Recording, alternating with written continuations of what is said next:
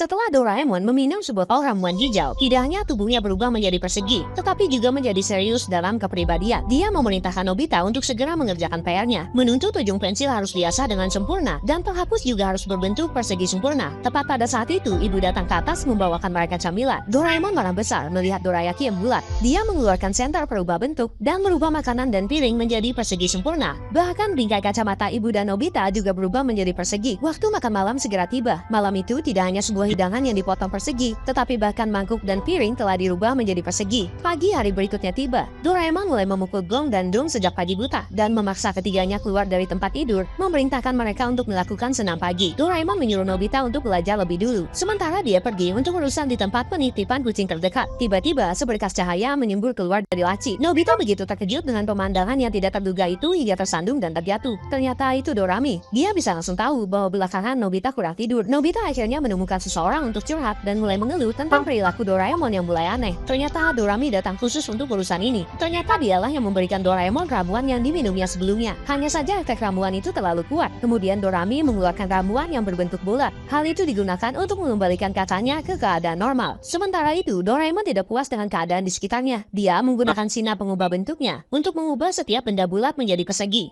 Tepat saat itu, Nobita datang dan memberikan Doraemon ramuan bulat dari Dorami. Ketika Doraemon melihat botol bulat itu, dia menolak ramuan dengan jijik dan mengatakan bahwa dia tidak akan meminum ramuan itu. Suneo menemukan sebuah dompet dan langsung mengenali bahwa dompet itu adalah milik Giant, dan benar saja Giant sedang mencari dompetnya itu di sekitar situ. Suneo hendak mengembalikan dompet itu kepadanya, tapi tiba-tiba Doraemon muncul entah dari mana, bersikeras agar dompet itu diserahkan ke polisi. Suneo mengatakan pemilik dompet ini ada di sini, maka kau tidak perlu repot-repot ke kantor polisi. Tetapi Doraemon yang kaku dan keras kepala tidak mau mengalah. Dia mulai membuat keributan di jalan, berteriak bahwa Suneo adalah pencuri. Semua orang tidak punya pilihan lain selain mengikuti Doraemon ke kantor polisi. Tiba-tiba mereka menyadari bahwa Shizuka sedang dalam masalah.